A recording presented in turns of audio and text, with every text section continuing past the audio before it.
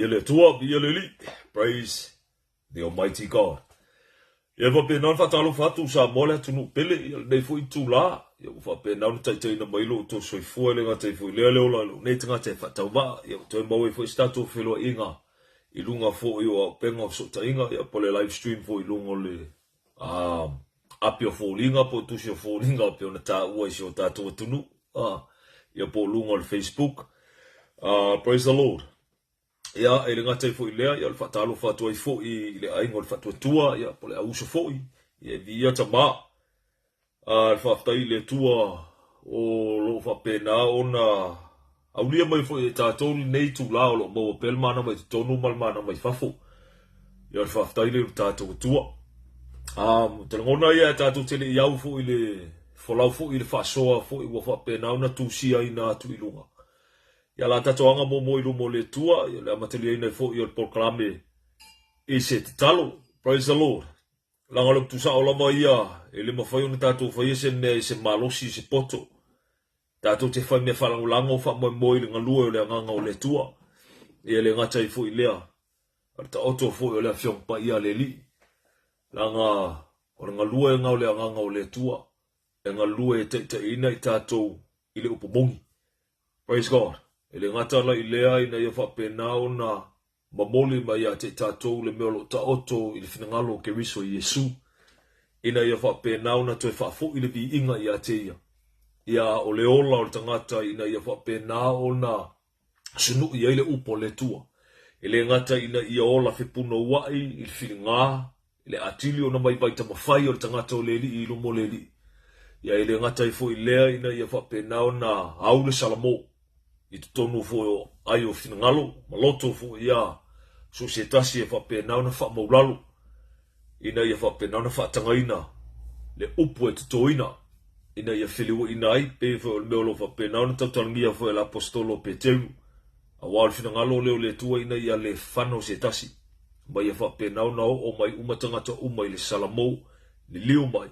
Ma fa pena ona I lole upu mongi le li meolo tau toilon finangalo. Praise God, ya la tatoanga ilu mo le tua se talo. Ia tu ina tu si tia lo fatua tua ia la fa pena no fa le wina tatu talo ilu mo le tua. Ia tama. Praise the Lord. Tatu wifo matalo tama. Ia la mala ufio. Ia o elo mato tua ele unoa. Sauni foi tama le amatalia ina le por kalame. Ia fa pena na mtu atu me uma ia ti oile fa ton folau la ufio fa molmoli. Fai o mesi sili mo I matou, le ngata I lea fa penau na ngaluane ngaluaifo, Holy Spirit, I loto fo ina ia fa penau na sosoani le matou pito la ausu eia fa malamo matou loto, ina isu ia le tala leia ke riso Yesu. Le ngata I fo I leo lea fo sembe na matou so na fai alo matou tua, me le di iai oe, fa maulalo matou loto ia te oe, fa to ese ia te oe, fa mangalo maila o fio fa monmole. Ala matelia ina le proclame ngalua ina, e yo ilo no si ui. Lord mtu atu le ia te oe. Salu ungal mano lo toto ke riso Yesu e sau ina ai mato. Loto mo mato mafofau. Ina ia fa penao na mtu atu le ia te oe. Ele ngata I fo ilea le li ie. Tu inato fo se tasi o lo whalongolongo.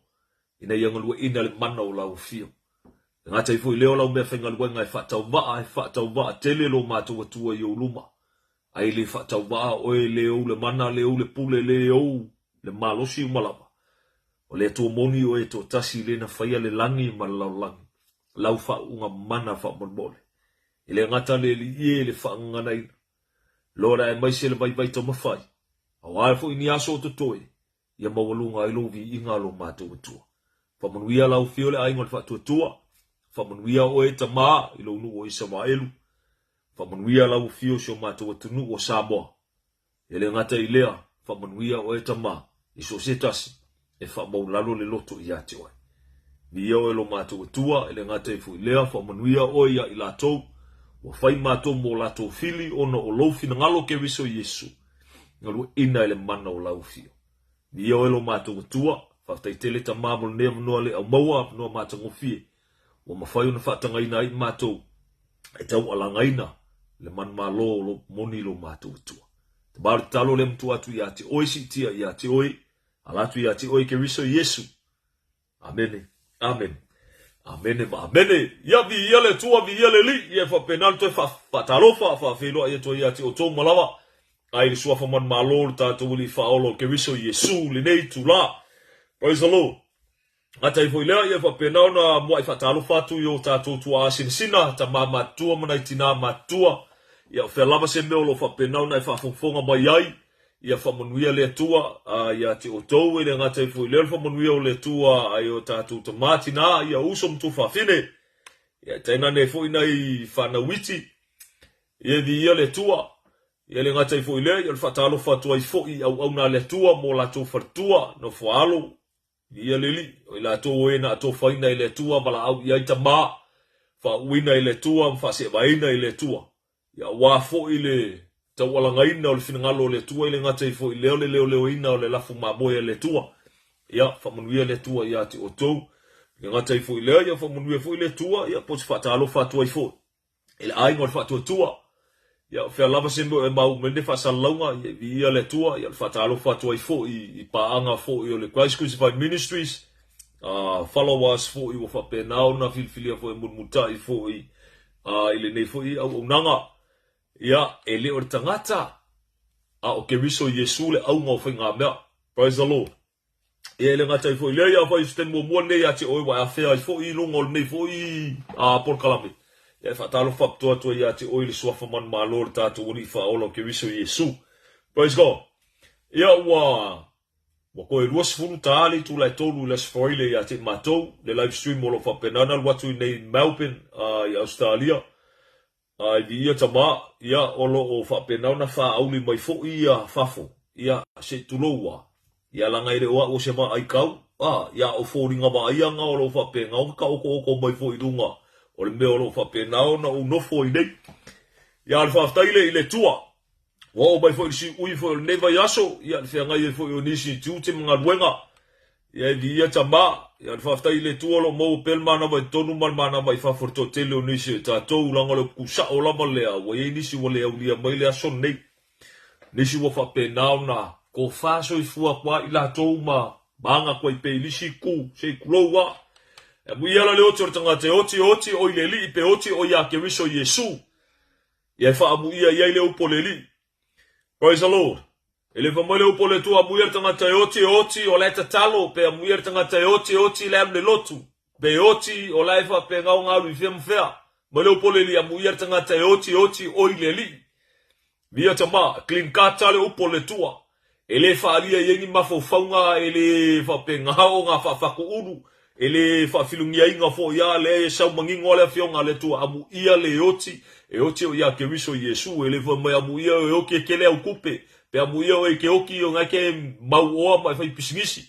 O mai amuia o e ke oki e ke foa i le loku. Amuia o e oki e whape ngā o ngā whai mai ko ke wako e kausi whai whiau mea whape ngā. O mai amuia o e oki o Yesu ko whinga i kongo loku lei e lei kalangoa whape ngā le upo le li. Mai le upo le li amuia e oti o ya ke riso Yesu.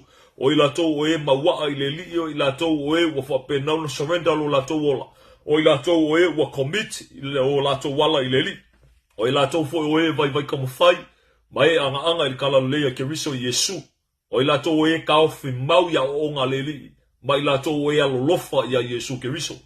Via tama, o i latou lana o lo whape ngau ngā whaamu ia i leli amu ia tangata e oti o ia ke riso Yesu. Ia leli, e se mani matango fie. Ia o nei tula, se tula ua. Ua fai kelesinga leva o le pero, le anga pero mea le ngeva yaso ke me whape ngau ngā luako e fwoi se Faasoa.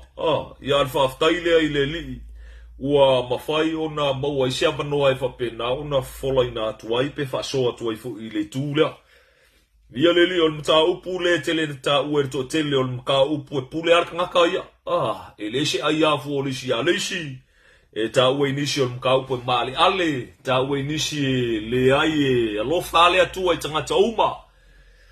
Ia al whaaftaile ia tama. Ia li whaatanga ina fo i ngai mwhai o na folatu. Ia tama. O le Faasoa e whapena na whaatau mo me urungari i Fai'ava. Ma me urungari i Fogaumi. I le ngaka i fo i lea mo me o Faafafine. Mo me o transgender. Ia mo me o Faafakama. Ya tu ula si famtalanga faafingofie ua fapenga o nga lausi la fiel mamalu so tatou tunu uma to tele o tatou. Mole au gay male au lesbian. Ia mo me Faafafine mo me tampoe. Ele ngata ifo ilea mai la tou wa fapena ona ta otolia ino la tou tino sa itu tino sa or kangaka sa kama ya walu yo ifo mai ave eselo mai kuki ngo sa kama ya manga fa pipi ele kuki ngo sa or kama ka so yo fo le kama ka i wa fapenga o nga o ifo mai fa yo la ko ka konga ele ko ifi manga o ni kuki ngo sa kama ka ya manga o i kuki ngo sa kama lo si fauka melanga ka or transgender. I fauka ia o le makua ke mungia ia le winga yo famtalanga. O le makangofie le upo le tua. Ia tama. O le tusi Faitau le fapena ona au mai nga ia fapena ona lu itawina itatou nga lu le nganga o le tua mafasuruina tonu ia te itatou. Tusi le Efeso lo Matā'upu 5. Ia la fapena na matala o Faitau mai il Fai'upu le fitu se fangata mo le Fai'upu sumarfa. O ko mai la ia le Fai'upu sumar kasi fa penga au nga ia Faasoa nei tula o Matā'upu le se kuloa. Ele fa penga le paunder te mi sa fa pena taula ngai nai ele nga o tangata fo yo exposinga menge lunga o lo ia fo inisio ila to ia lofa fo ia ile o lo fa penga nga exposinga lunga nga wenga ko lalo ngia sa kang o mende o lo fa pena na manipulate il ma fo favor ko kele polo fa singa il ma fo favor ko kele ka ko mai la ia le o le mafu anga lenga au mai lunga menge se kuloa o le lalolangi ia e a mi o alla langi ia mi o ngalolangi e alo fala langi alanga e fa le longa me langi wa fa le longa le fa lilo mai ko kongo le ekalesia le ala lo fa penga nga fa kanga inga ngisi so called fa mai o fa se au ele nga ka fo le o ngisi fo yo ila ko wa maka nga pi yamba nga ya ile ko kele fo ngisi ko nga ka fa o la nga mele si fa u kala ya le fa le longa ya nga luenga ko ilalo la ngi ya sakangi le wo fa penga ngo fi mari e mai kongo lo ko ngisi o lo ku fa o la nga wala ko fa kanga inga au ila lo fa fka ye le di lo fa penga nga ko au mai e fa penga ka wala nga inga ya te o e ma o tanga ta sa mo nga ka wo fa mai e fa vai le tu le o langa o ka wa ele nga kala ile lo fa penga nga pese ma ka wala nga inga ko kele e fa ma arfanga ma fa ma me fo le fa muka i fo ile al wakur fa so le upo le li fo mai o se o ka ko lor ku spa i o ka ko lo le li ya lo fa penga nga fangu ma fa ngaku ya ki o ma o i fo ila peke fia i peke le fia o le upo le tua la nga ile si ya ku sang fam kalanga pa o nga fa penga nga ka o ko mangingon fina lo le tua al winga lo fam talanga ko fo i ma nga ile tu le au i fo ya o lo fa penga o nga fai mai upo nisio ila tou o lo au nga yel Faasoa ile neo uri se tuloa o lo fa penga o nga la ko fai mai ele ia se kaimi nga fa penga o nga mention na ye Yesu ke riso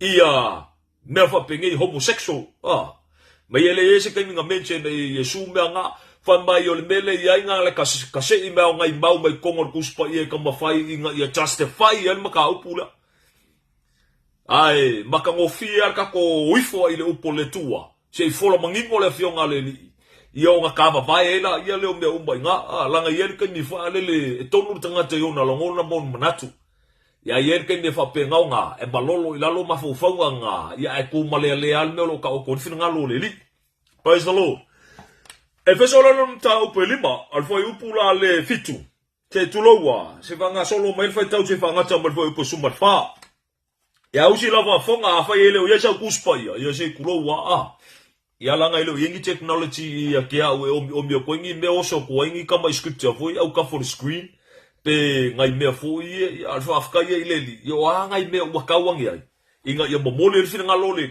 yo nga ya lu winga yo fam kalang le la fa ka le fiong pa ya le li o kuspa ya sa mo ke ua fa yo ye la kuspaia ya bi ya le tua fa ye le ye sa kuspaia fa yo ye sa pengi sa pepa ye makango fiela nga kuskusi foi la o malon kuskusi la lo mawor kuspaia la pengi ma la pepa au mai lo la ye le nga le ku la kanga kala yo ofu kong il masin ka me a se kulo fa la kanga me ko so e nga la wa le au nga a kor nga pepa praise the lord Au se la Fafonga le au Faitauina, fai upa fitu se Fapenan Fangata mo fai upa sumar fa. Me ole nei. Aua nei fatasi o tou mai latou. Awasa o tou pou liuli ana mua. A ole nei ua o tou malmalama ile li inasa Faafafine e pei o e ua malmalama. Awa ole fua ole anganga, ole anga lelei umalama lea. Maleami o tonu. Malfa maoni. Ia sua e o tou pese ase ne e fia i aile ali. Awa foi tou te amio fatasi mangaluenga lea o ngare pou liuli. Aile lei ona o tou wa ayatu. Awa o mea ua faiafa lilo e ilatou ua matanga lava o na tau tala iai. A o mea uma lava ua ina. Ua faalia mai ia i le malama.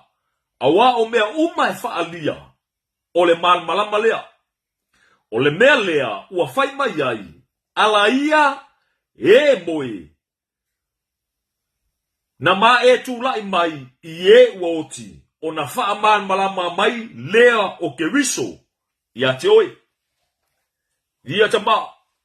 Se i malfai upa sumartasi, alfai upa sumartasi e ta oto e whapenei mai awa fo i tau te a mio whaatasi. Mangaruenga lea o ngā ale pouliugi. A ele lei ona o tou a o iatu. O lea o Faitauina i al tuspa i a whapetania. Li ele li. Ia o le whafkaila le tatou Atua. A Tusi lea Efeso. Ia Faapetania ina o le Tusi Ephesians ia lai silafia le tuatelo i tatou. Ia whamalo na whai upa fitu se whangata marsumar wha. Whamai, therefore, do not be partakers with them. For you were once darkness, but now you are light in the Lord. Walk as children of light, for the fruit of the Spirit is in all goodness, righteousness, and truth. Finding out what is acceptable to the Lord, and have no fellowship with the unfruitful works of darkness, but rather expose them. For it is shameful even to speak of these things which are done by them in secret, but all things that are exposed are made manifest by the light. For whatever makes manifest is light. Therefore he says, awake you who sleep, arise from the dead, and Christ will give you light. Praise the Lord. Faamanuia le tua i o tatou loto. Ia o whanangolongo au Faitauina la na fiong paia. Famalwhai pa sumartasi. Koe usi la wafonga. Tusi Faapetania umbai. And have no fellowship with the unfruitful works of darkness, but rather expose them. Tau e au i eile upo le tua. E ka ua kele le expose o ngaruenga ko i lalo ngei le pouliuli. Na koe kufsili la ia lea. O le pouliuli o ai o ngaruenga. Ngaruenga ele tua po ngaruenga sakangi. Al whafkaile ia tama o le meo lo whapenga o au mai. Se kuro ua Langa o i o lo whapea o ngā au mai ele mga kore ko kele. O lo whai mai. Ele iai se kaiminga whapenga o ngā whekala iai e suke riso. Ingi upu whapenga ma mention na se me ka o le transgender. Pe mention na ile me ka o le mele homosexual. Nga whaila ia le ma excuse o ko kenel vaenga nga whamaila ia lea. Ia langa o le mea ngā le sa ka o mai o lei. A le sa mention ko ngol kusi lea. Whangali. Aka ko akul kusi lea kengese. Ka ko ke mori mawinga le mafuanga. Le nga whapenga nga kafi e sea. Iso koma makomo. Ia i ngā lai pese i o ngā. Al waku mga yer ko kele. Le nga kala i lea e o fo i kemi nga abayer kula fongo ia mose. Mor whangaungo i Israelu. O lo whapenga nga mention ai fo ili mea lea. Awange i whapenga o nga e moe, ka maloa o ke moe, nis ka maloa pe o nga ke moe, whafinge. Whai feu soa inga whapenga, mo la abomination mea nga i rumo le tua. A inga o whapenga o nga fio mai e suke riso o ila, le ka mawhai erko ke le inga i justify, e erko inga me whapea. Nga umala ia leo lo kalangoa mai fo ila ua poskolo ia i o nga vaenga ia. Whamaila ia lo mga korko ke le, whamaila ua poskolo, mai ele kei me whapenga o nga fia poko ai. Whamai ele sili se upo se aposkolo. Ia ke riso Yesu. Se whauka ia i mawhauwhaunga ko kele. Nga ele kaimi nga whapenga nga au mai ele whasea o ngisho i lako. Ia o onga le apostolo Paulo. Ma whamene la ko upu o le apostolo Paulo o ngaka fia poko. Ele ngaka la ile whamai o ngaka ngakele i lose mea. Whamai o ngaka ngakele i mafuka ia Yesu. Se kuroua. Ele i va aile maniu o Yesu. Ele i va aile koe ku o Yesu. Ma ele i whalongolongo ia o onga Yesu. Ao le whapengaunga au mayanga kankongunga ma au mayang kuskusinga. Whamai o Paulo. Ele whalongo ia sisi.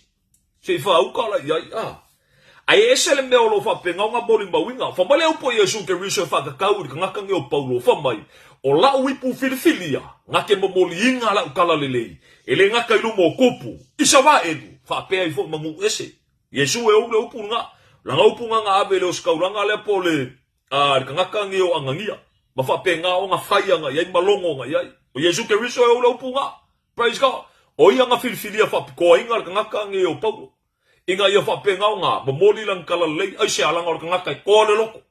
Orka ngakai whapengaunga, ele fefe kau kala leo poleli, ngake ele fefe mamoli. Ele ngaka fo ila ilea, o longa wha maongi fo ili kainia o aveo ia mawhausaio. Orka ngaka fo isa tausi kura fongo le tua, marka ngaka ia lofa ile tua. Ngai whapengau kwa mai anga o onga le kale si o Filipi, mai lar kura fongo, ele makau lea ngai ngalo ka ngaka. Ore wha mau wha ilonga inga o la whausaio, o lo whasioki le kale sia. Ai vamea, sa o whaia meanga, malo le loha. Se whaukala e, ai peka yange inga wa o maua ke riso, o mea sa ka wa o ngai a kiau, ma mea sa o wa o ngai, ma mea sa whapengau nga kau le lei aia uila kula vongo. Woka oka o ma meanga, wai, langa wa o maua le me, e siri aku ngai lo mea ia. O le winga la whamkalanga. E o foi la apostolo Peteru. O le apostolo Peteru. Nga moli ma winga foi la apostolo nge o Paulo. I ko kongo foi ang kuskusinga. Masi i mai lunga le apostolo Paulo. Le la laka ko ako il fai kaunga nga le apostolo Peteru. Via tama, e ka ko kene yo o mai inga yo nga vaenga. Yo le fafkai le leli. Fafkai le leli. O nga o langa upu. E fa penga nga fa mal malamba ina ia te tatou. Ia o nga ka ko ngofo mal malamba ia la ia lea. Ia langa o le mele o kupur ko kelo ka ko. Wa kelele o ka winga le poko salalau o ka ngaka e wha kau kuspa ia. Ia mo mbele le ola wha moe ma whalangu langa o nga lue mai o le anganga o le tua. Ka lofa ia ka kou. Praise the Almighty God. Lope te wilon tau pe tolu. Ia la wape ngā o nga o whai ka winga mingan whai upu le sumar wha. Ia nga wha so solo me ala ia le lalo Faitau. Whai po sumar wha tau pe tolu lope te wu. Mamai o le nei le au pele. Ua o tau whatatali ia mea. O lea, ia o tau fina wai lava, ina ia maua e o tau e ia, Maimoaga. Ua le pona, male le Matā'upu ina. Ia o tau manatu. Mai o tau manatu. O le ono saai, o lo tātou ali'i, o le ola tanga lea. Whapei o na Tusi atu ia te o tau e Paulo. Lo tātou uso pele. E tusa ma le poto ua fo ina atu i a te ia. Whaapei o ana Tusi umalava. O loo tala ina ai nei mea. O iai ni isi. Upu wha matalanga tā. Ua wha winga si se ina. Pe ua wha winga e se ina. E tangata e le iaoa o ina. Ma ua le wha atu ma wina. Whaapei o isi Tusi foi. E o ai lo tātou lava malaya. Se whaukala ia. Praise the Lord. O whawkaile ia te riso Yesu. Ka ko mai kuspa ia whaperetania. Inga ia whapengao nga ka kou whaikawinga. O mon maunga le apostolo leo Peteru e whakau le apostolo nge o Paulo. Aleluia. 2 Peter chapter 3 verse 14 verse 16. My therefore beloved looking forward to these things. Be diligent to be found by him in peace, without spot and blameless. And consider that the long suffering of our Lord is salvation. As also our beloved brother Paul, according to the wisdom given to him, has written to you, as also in all his epistles, speaking in them of these things, in which are some things hard to understand, which untaught and unstable people twist to their own destruction, as they do also the rest of the scriptures.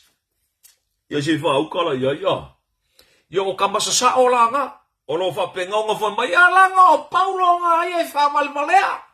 O Paulo ngā ia mangkuskusinga ngā kele ilose mea. O Paulo ngā ia ele vai le maliu o Yesu malonga koe ku. Ka alofa ia ka koua. Ale koe mori mau mai eile aposkolo Peteru whamai jole o i kuskusinga le ka kou songa. Whamai o ngisi mea makua whamakalanga ka. Aisia onga o le wisdom ngā kuu ia ieleli. Praise God. Ele ngakala ilea. Mankele o polo inga ma whekalainga Yesu Keriso. E whapenganga kala inga ia koe set in ora me ko kongo le ekalesia. Ele ngakala ilea ngaku ile aupa ia. Ile ko ainga lifestyle le whapenganga o lai. Lia tama nga whamaila ia lea. O ila kou nge ele ia oa oinga. Ma ila kou nge e unstable. O ila kou e whaaleku mahu. Ile upu bongi. O ila kou lalanga o lo whapenganga whasiseinga. Ele ngaka o onga la apostolo Paulo ai fa mai ai o ai kusi o kuspaia. Ia fa penga nga faalia nga ia yo la ko manga. Ia si fa ukala ia e klim ka tale upole tua. Ia fa kaila le. Ale winga la fam kalanga. O fa so ala nga o fa penga ngo sa o ia nga ko i fa au nga ile Matā'upu le. Mo me urungari kama. Ulugali'i Fai'ava, ngofo lis Fai'ava, maris Fai'ava, ngofo lis Faafafine, maris Faafafine. Kangaka wale fia mga avea ila ko makama o mga o peo kenge le fia mga o peo kenge o fia mga o peo kama. Mamol Faafafine, mamol Faafakama po tamboy. O ila lo fa penga characterize ila ko makama faila ko e form le la ko community. Le fa penga nga fa ngoinga le LGBT. Ia wai maisi mea whaupopo i kongu, wale ngaka le LGBT. Awal wako e mal plus 2, ia sao e mal kamanga, mal asi e mulmuli, o le asi ngai representing a mal spirit. Ia si whaukala ia. O le plus 2 nga whaupopo i kongu i ngā, o le plus 2 maso se kasi e ngā whapengau ngā supportinga. Ia leo vaenga ia, ai whaleilonga. O mga kuranga lolangi. Winga nga laulangi. O me o lai fai ko kongo laulangi. Ako ifo a me laulangi. A wifo me o lo whapenga. O nga whakingoinga kongo laulangi. O a mionga laulangi. O me le ka ua le upo le tua. O le alofa i laulangi. O le hika mwhasangkau i le tua. O kele lau me o nga lua inge kongo laulangi. O nga luenga la ia li pouliuri. Ar mafuanga le nga ho o le Faasoa ia i. O nga o winga nge. O whapenga nga au mai kongo le ekalesia. Lela wo fa penga nga maka o infeki ya inisio i la ko o lo fa penga nga so called from o krisiango. Lela wo fa penga nga fa filongia fa solo a ko i bengi. Se kulo wa inisio fa fe a wala ko fa kanga inga me ko ngoloku. Praise God. O le au nga sa o fa soa. O er kanga ko le li. O er kanga ko le ekalesia. O er kanga ka le ke lofa ya ke miso Yesu. Ma oi or kanga ka lo fa penga nga kau kala kwa nga yele upo le li nga fa marusi au le au ban Tusi le Efeso le nga Faitau winga le morsa o me ya ke or kanga ka le li o le me au nga e ko o le me au nga e ke pa kaula ya nga yo ko inga fi nga u ber fi nga ka nga ya ke oi ele nga kala ya ke o la ka fa yo ye au nga fai inga yo fa penga nga ba kwa o ka winga ma o winga pe expose nga wenga nge ya al poliu po nga wenga nge ya sakang inga yo fa penga nga chole e whale longa sa mole atunu pele. E oi, o le finga unga le finga weka ko finga unga yo whale le malo le tua. A le mea la le o whale longa. Ofi mai kongi. Praise the Lord. Nga ele ke misa whapenga nga o whala vanga le mamaka se kasi documentary. E whapkaui, o le alo o fo ya Samoa. O le kangaka e whapenga nga o mau yo New Zealand. O le au le ka ua le ngor, kangaka leo ke le ngonga ngisio o koukou ke lau sila fia, kangaka lea. O le kangaka lea, sa avea mwhaife au mua, a pasta i ko kongo lopu wha o lainga. Ai peka iange, wha mai le denial sa i kongu ia ke ia. Lea leha mai, e ui anga avea nga ia mwhaife au, wha mai deep down ko kongu ia ke ia. Nga iai le guiltiness le kongu ia ke ia, o ia o le kangaka kei. Se wha au kala ia. Praise the Lord. O le whafkai le li. Nanga o le mele o le kupunge. Mele maua i le kangaka. O le lea. Surrender longa ola ia ke miso Yesu. O ke leo whaiaku la o whaiaku sisiku ma sisiku. A le mele o le kupu le kangaka ngei. Inga ua whapenga o nga au mai i lunga le mele lea ma shine ai le light o le pauli uri le kongu ia ke ia. Nga whapenga o nga ia lafo e se inga. Ilo nga kofi whawaife au. Elu ese me maloku. A o ia kongu ale piko sili o ngafasangkau i le upo le tu. Se whaukala ia. E whasangkaura i le upo le tua, makanga whainga ia whapengaunga mi mino le mawhawhau o ko kele. Inga ia whapengaunga. E go against le upo le tua. Ele ngaka go against le upo le tua. Ai au mai le upo lo whapengaunga whikalai ia le tua le makele anga ia le ko kele o ngiso kako. God is love.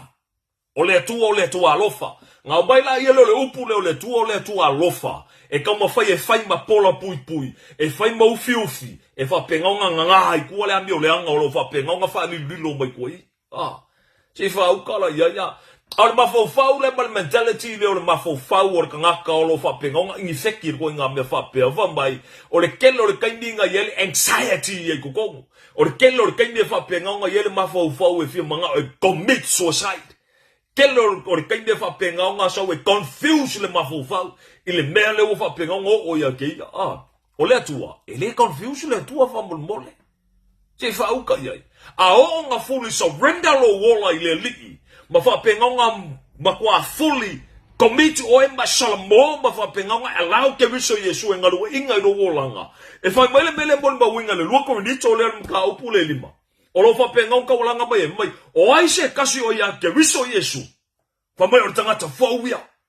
Whamai, e ma vai me kuai. Ai whauka. E whafowinga oe. O le mana la ngao o ngarua inga. Ma le power la ngao le atua. E ma whainga sui e le o langa o le kangaka. Au le o langa le o le kangaka. Le kaini au le pouli uli. La saka ika inga i sakangi. E whasise inga la ngonga ma mangako o ko kele.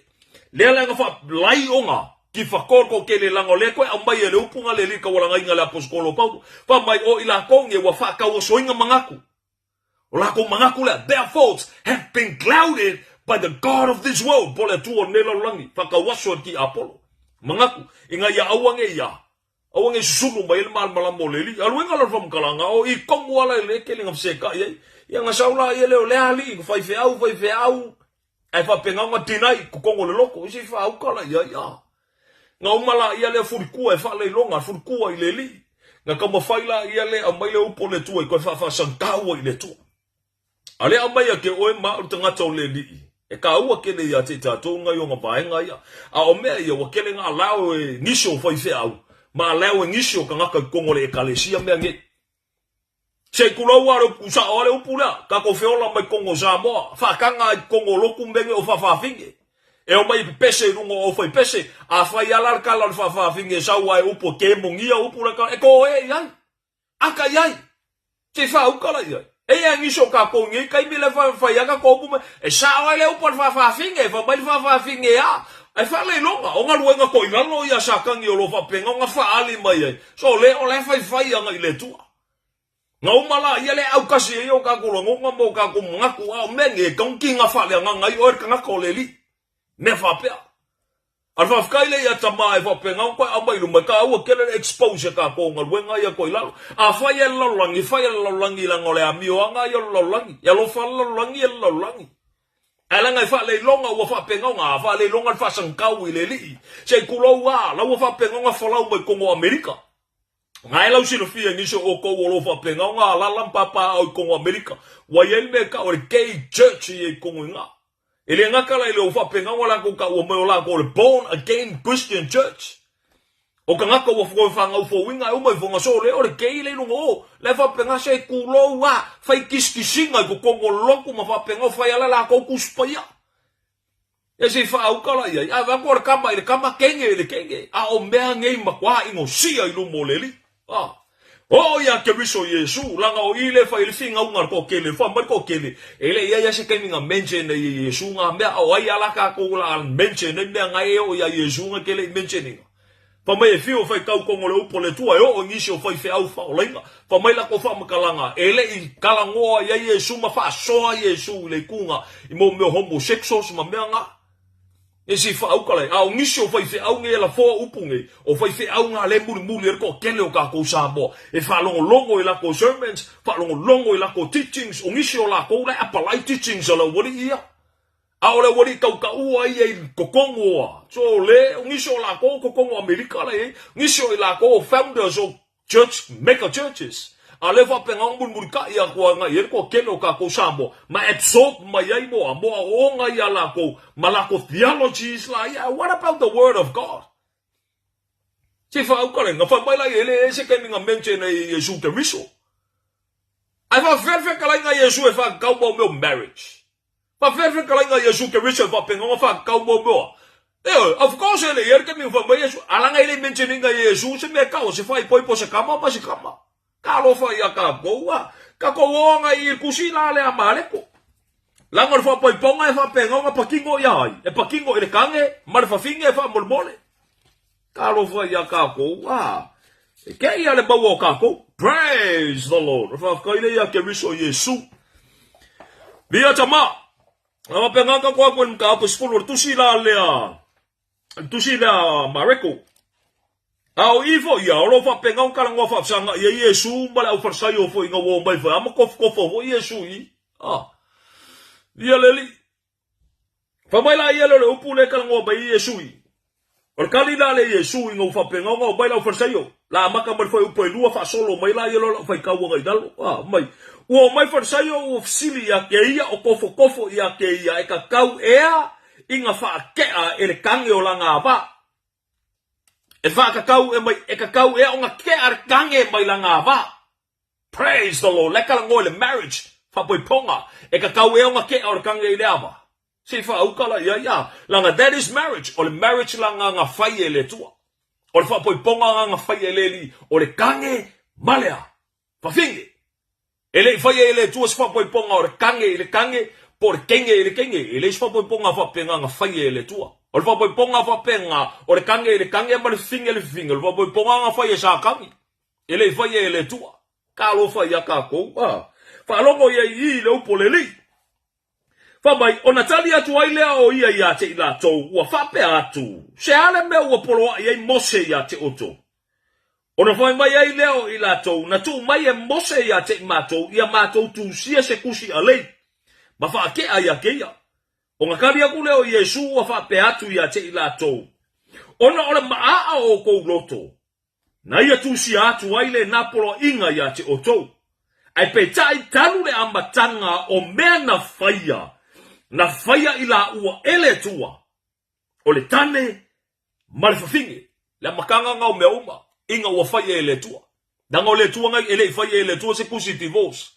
O le kusi alei o le tusi divorce. Po le certificate of divorce. Ele fai ele tua mea nga. O le mea nga fai e ngaka mea nga. O le mafua anga le nga fai e mose le certificate of divorce. O le maa ke le loko ngaka. Ele fia manga wa. O le fia ngofo I fa ke manga ngofo elisi. Le awa va pe ngo solo va fa ma il mea nga yo ponge. O le manga o le fia ngofo o le lonko rua. Alu o le loku sangi mai le certificate of divorce. Fa pe nga fa kanga le loku ko fai risho ko rua. E fa vele upoleli. O le upo le lia sana fa penga fa mole. Fa mai la ilo le upo Yesu le fekala I fa mai. Mai la makanga. Le se me fa penga.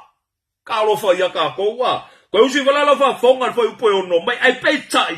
Talu le matanga o men na faia. Na faia ila ua ele tua. O le tane Faafafine. Praise God. Yo o ya Keriso Yesu la yel mal maango Yesu e fa kakau il Matā'upu la.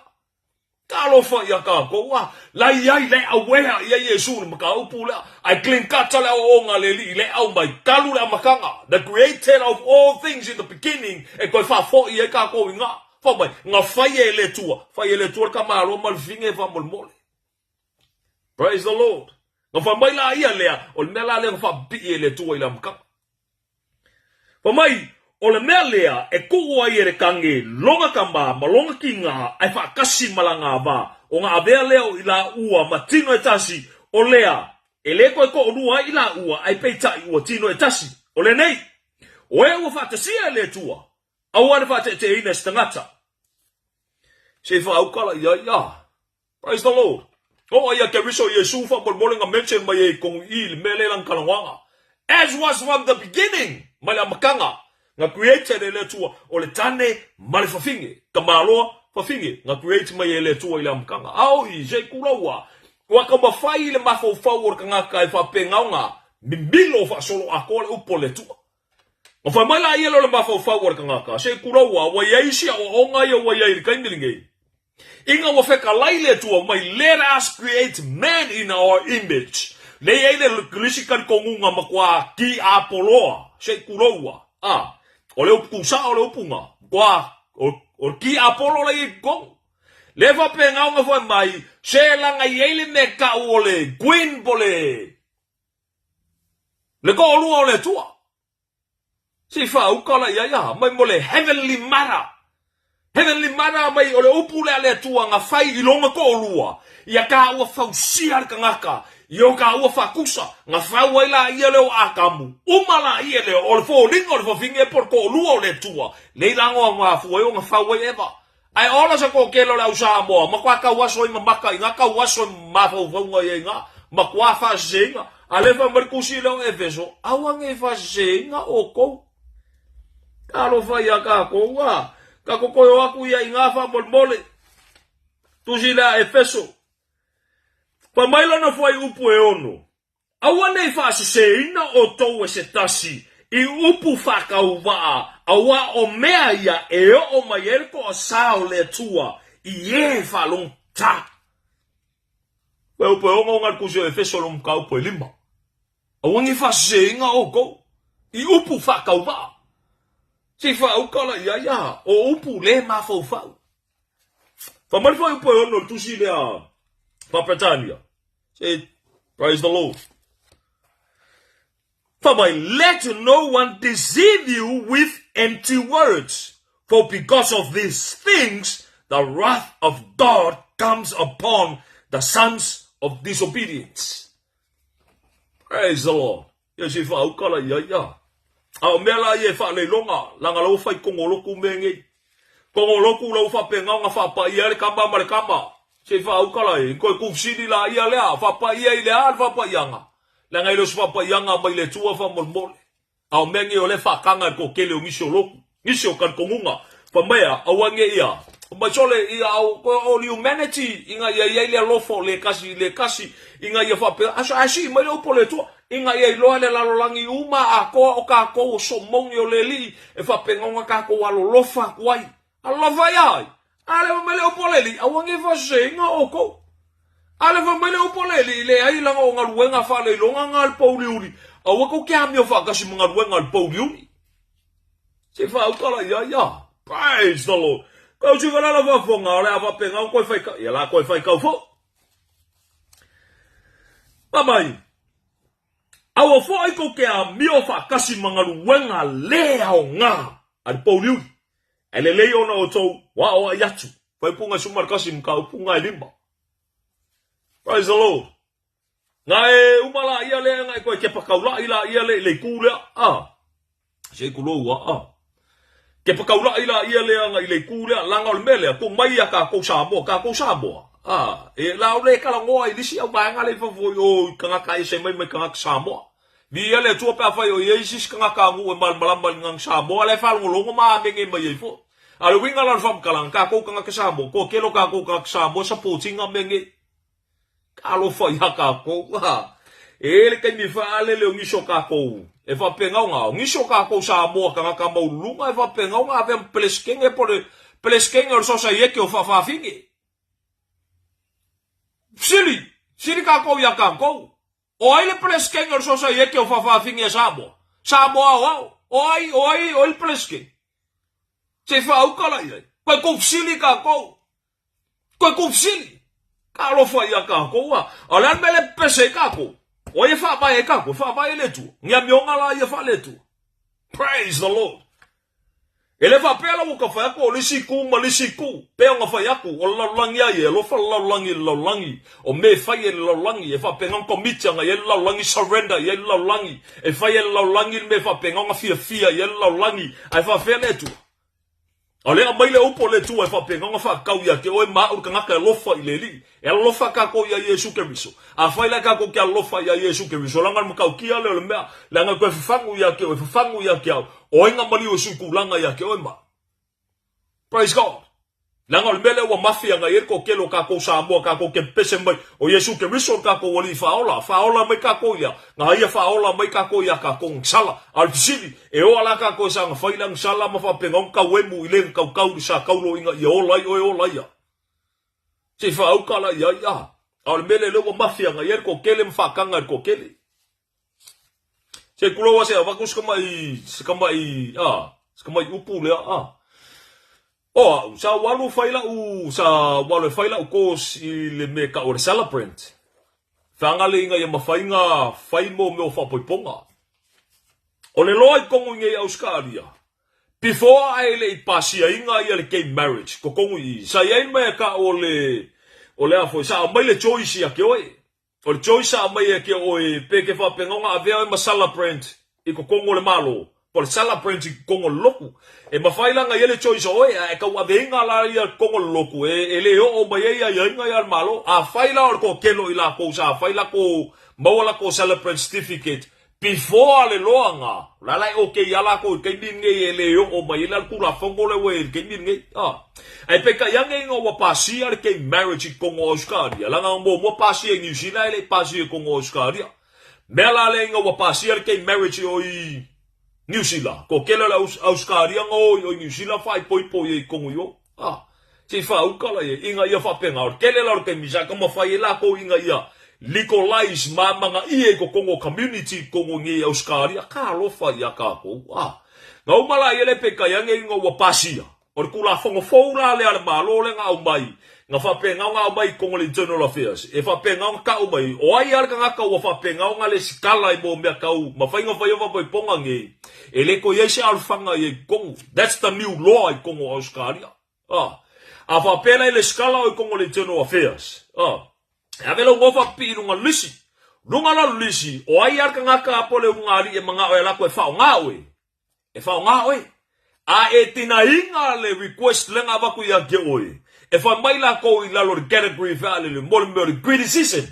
Pol mea ka o le fai longa ngaka. Ma le fai longa langu. O le mea nga. O le against nga. Ye le malo. O le ungo oe. E fai pui pui oe. Ka lofa ia ka koua. Si fao kala ia. Ya loka o le fai pui pui. Praise the mighty name of our Lord. Ale winga la fa makalanga. E fia lolo la singa se lengi sa va penga ko kongi e gong. Fa ela ia le ola ka kosinga ai inga wa sau le menga. Ili ko ke ai kupe. A venga kupe mau ko. E fa penga nga rifto se mai me konginga. I don't want to be partaker konginga.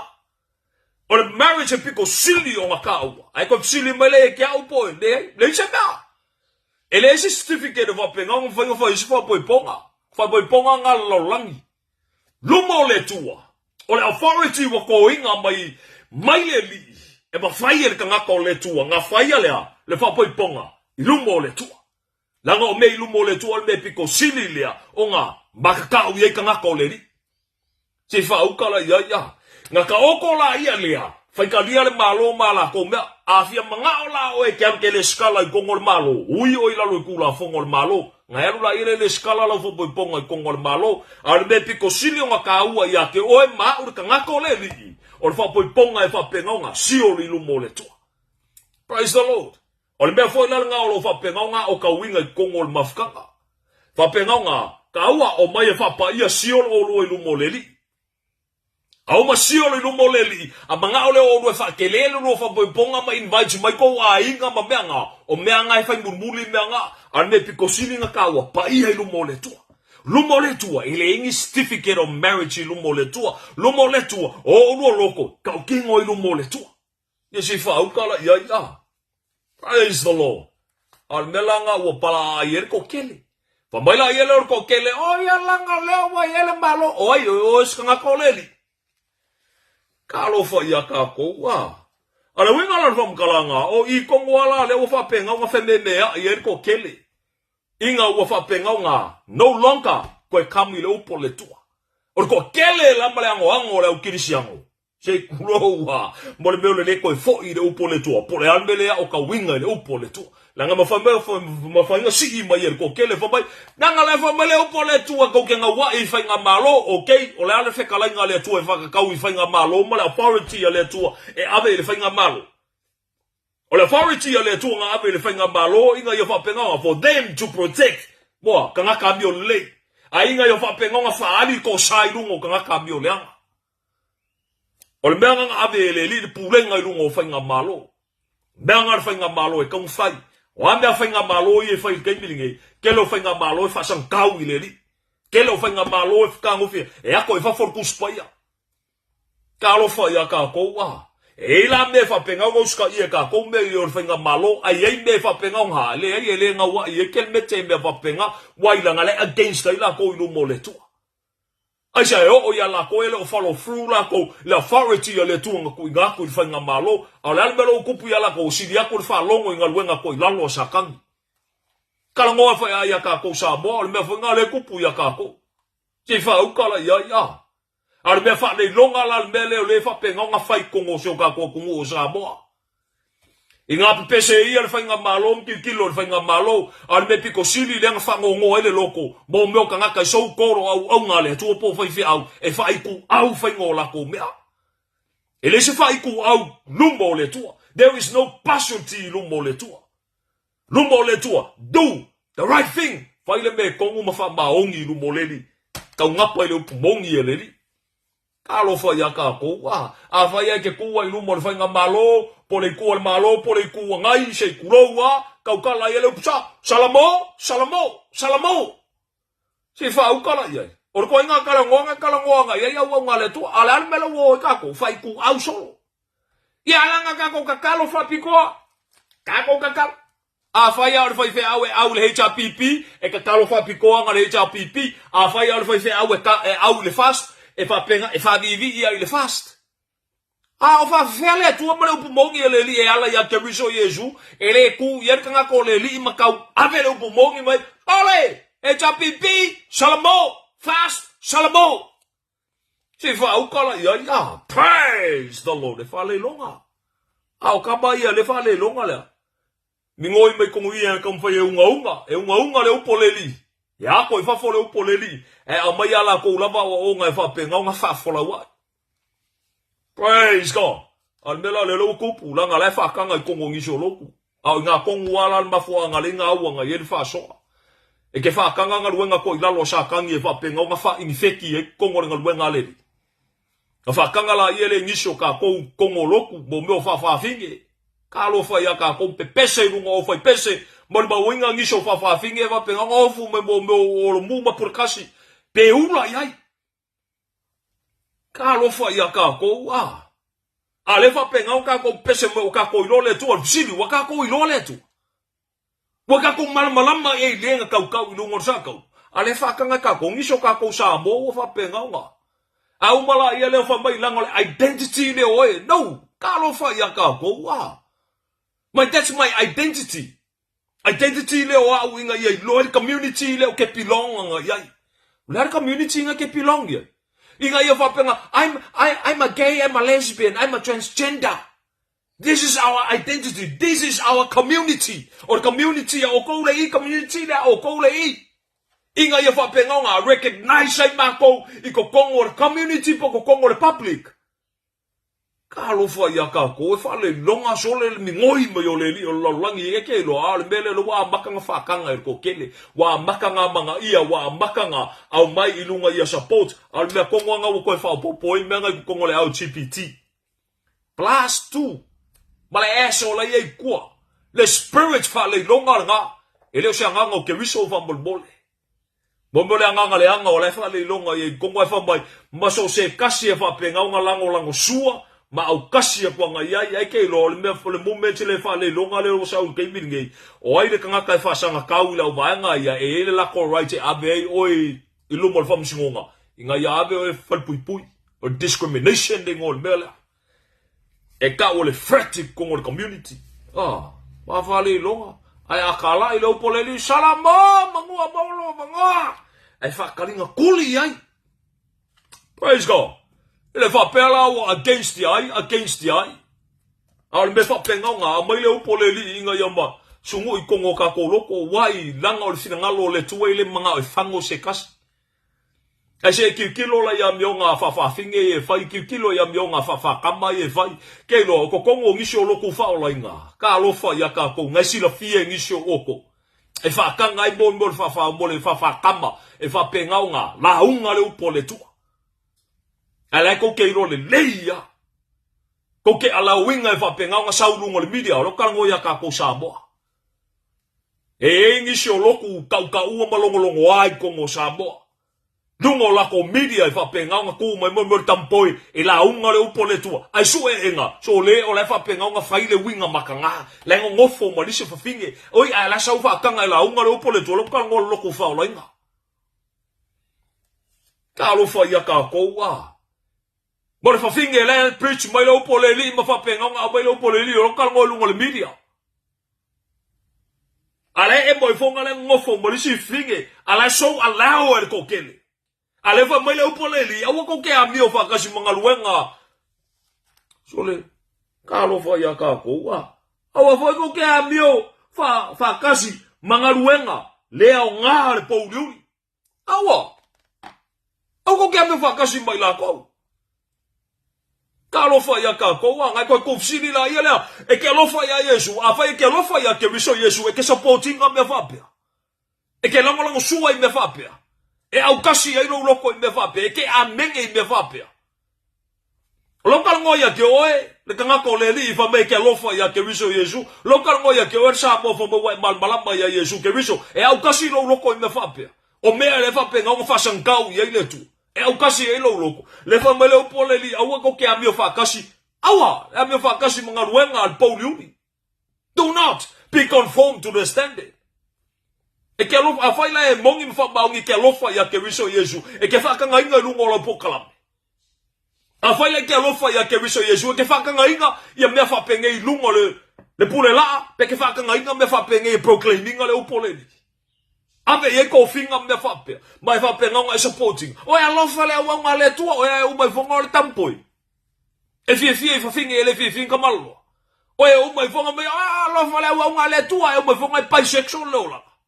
Oia fai far kuai o mai fonga le fai le fa pouri uli ma mai ke la kalamo fai le fa pouri uli ma ngisho kamallo ka lo fa ya ka ko e so ko le ko ke lo ngisho ka ko mai o se la ngole au nga le le le au nga le tua fa mol bole e ka o ila ko mo mo au nga sa kangi la ko ka lo fa ya ka ko wa fa mai o mai la ko mo apostolo ke viso e le ngi apostolo ke viso apostolo pelo ila ko au nga ila ko au nga sa kangi. O mela alea ka ko kele maofa ya ilanga ilo smefenka ya sa kanga ngali ua oia. Avea ma angelo o malama. Lai ka longo melu loko ni tom ka po suman kas. Al mela ngai fa pengo ama ya ke ka ko me yo ko fa keke. La ngai ile Yesu ese. E ile le nganga ese. E ile kala le ese. Ka lo fa ya ka ko wa. Al mela le o kupu ya ka ko langa ka ko ke fa kanga. Ale ke pese bai o ke lofa ya Yesu. Oh, say, hallelujah, Jesus, in your mighty name, Lord Jesus Christ. Ay, mo, funga le ke whakanga. Ele o es kanga ko le li. O e ke pese le sua fo le li. O e ke whaalongo ya sa kangi. E ke le whaalongo longo i linga lua o le ngang pa ia o le tua. E ke enga linga lua o le ngang o le tua. E ke kalia le mele kalangoa me sa kangi. Ka lo fa ya ka ko wa. Ay, langa ka sa moa. Lai mangui yo la ko loko me. Preach it, preach it. Oh, woman of God. Oh, man of God. Eh, mo fongo le Faafafine me. Ka lo fo ya ka ko wa. E mo fongo ka nga ka fa penga nga so le fie fa finge. O mo fongo ka nga ka fie kama. Praise the Lord. Ke ia le mo ka ko wa. Ale fa me ale o poleli. Awa fo ko ke amio fa kasi. Mangaruenga le o nga le pauliuli. E le o nga awa yaku. Expose them. Praise the Lord. Amai o mea expose. E o mai le malmalama. Mea expose. E o mai le malmalama. Praise the Lord. Ia se whaukala ia. So ke ia le maua ka ko ia. A expose la oe. Wha maulalo lo loko. Praise God. O whawkai le li o le ka ua o lo ingoa. Mea ngai whawkai le li. E le o ka ua lo suafa. Ele o ka ua le ngol loko ngai ke iai, ele o ka ua le ngol poklame ngai ke iai. Ka lofa ia ka ko ua, a whai lau whanongo ala ke iloa. Salamo, wha maulalo loko, salamo ka ko inu mo leli. Pa mai, o ngisho ka ko sa whapenga. Ngisho ka ko sa ka ko iai ngaluenga ko ilalongi a sakangi. Sa kai ka ingai ka ko ipongsa, ka ko sa whailang sala, whailang mioleanga, sa yengisho ka ko whapenga. Ai peika yange o ke viso Yesu ngala be inga ka ko wala yonga au mai ka ko mal malama liua ka ko ave ma fanga wal mal malama a faila o ko fanga wal mal malama yesa vale ku sabal me lo va penga ka o ko finga lo le tua Praise God. Wai langa vainga ese mai ka ko mal pauliuri. Inga yo suru ia le mal malama ke viso. Sa vavali e pei o le whangau o le mal malama. Mea ngā leka ngō ire upo le tua. Ia se wha ukala ia ia. Ai leo le peso o la upo ka kova. Mea langa o a o ka whao lainga. I am a man of God, a woman of God. Ai umwe vol pauliuri leke moe. Arka malo moe moriska malo. Umai fonga o le finge mai yo a woman of God. Ai umai fonga lai fa yo winga lesbian ko o le pauliuri. Ai fa mea le upo le tua leka ngō le kusila e peru. For my do not defile the bed. Awa defile linga. Se fa ukala ia e peru la maka upo suma tolu. Praise the Lord. Mai maka upo suma kolu kusila e peru. Ia le leile Fai'ava i ka ngaka uma o le moenga foi ia le ai sona leanga. E vasala inga e le atua o e Faika'aga ma e mululua. Vasala inga e le atua. Se fa ukala ia. Yo foi lo ka kova mai ala ngai le ngi opua nga Yesu. Kalo fa ia ka ko. Praise the Lord. Aunge ngalo ia ka ko fa mai upu po le fekalinga le Yesu fa mai ola uipu filifilia. Le apostolo Paulo o ia ola uipu filifilia. Ngake momolinga la ukalale. My gospel, my truth. He will proclaim my gospel, my truth. For my lumo kupu Israelu nguese. Praise God. My truth, my gospel. Mela le leke le kalangola apostolo Paulo fa mai langa upu o mea ke kusi aku ya ke oko. Le ai ele ngi upu ya au fa molmole. Ai fa mai o polo inga ia leli. Kalo fa ya ka ko wa. Ai uma fa mai langa upu ngisio ang kuskusinga fa mai. Sa o ilo se o ya keriso. Ai uma fa mai ole kui o nga sa kanginga kui ai lo wiku. Nga o mai inga ia wha maulalo inga iau, ile makau gia ma le ofofongia, o mea ua wha pengau kui nga mai ele li ia kiau, ma mea ua whaali mai ia kiau, o mea ele mawhai e skangaka o kaukala iai. Praise the Lord. Ia si wha ukala iai, o aila kako, Yesu! Kalo fa ia kako, ele ai se upa Yesu nga whai wapenga, le ai ale nga au mai ia nga au nga ayo ai Yesu nga ia whekala ia kaime wapenga nga whengofoa iai. Kalo fa ia kako, wa, praise the Lord. Al mea nga le whai ko kilo kako mai, le ala nga ele kaukala Yesu nga upu. Ele mention ai Yesu me kau ni homosexual.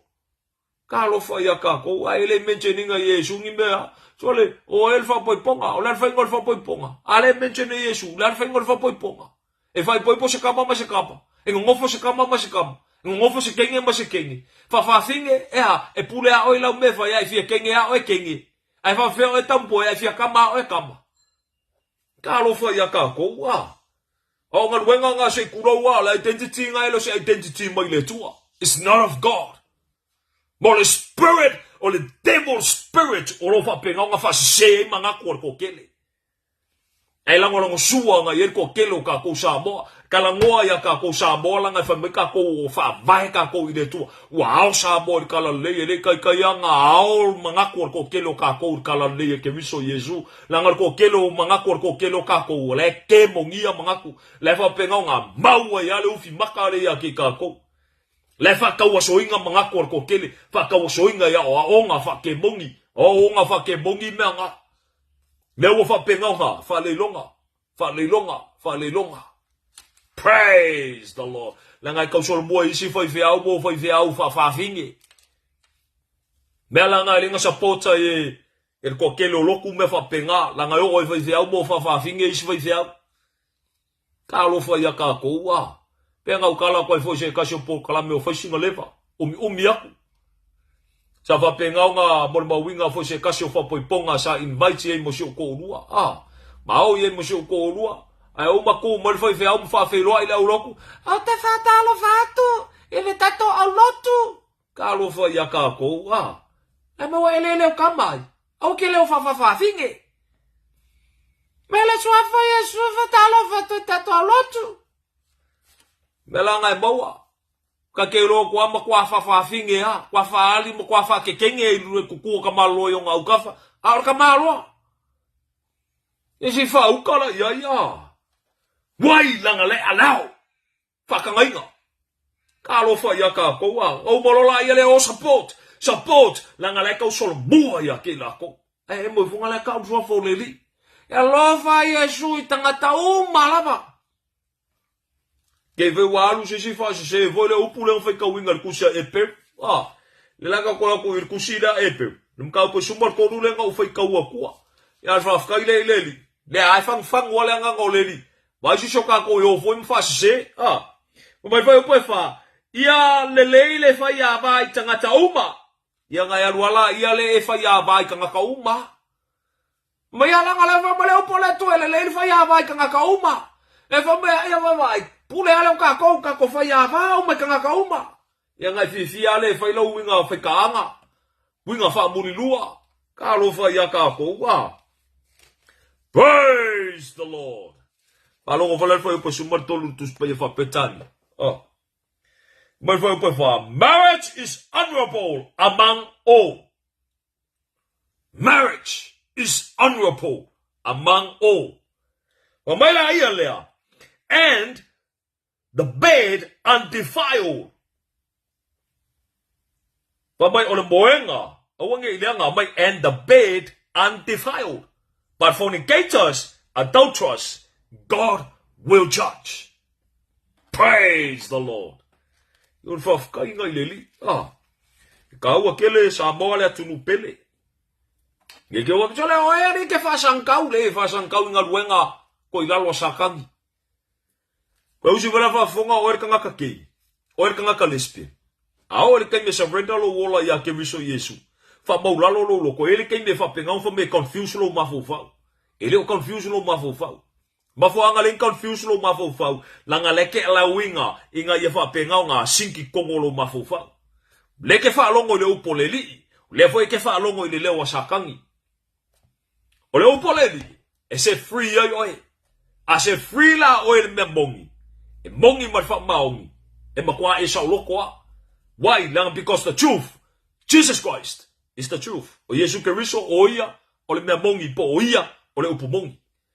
Aola ke me fa pe nga fa nga lo loko. Kakala lo loko, kakala ia ke riso Yesu.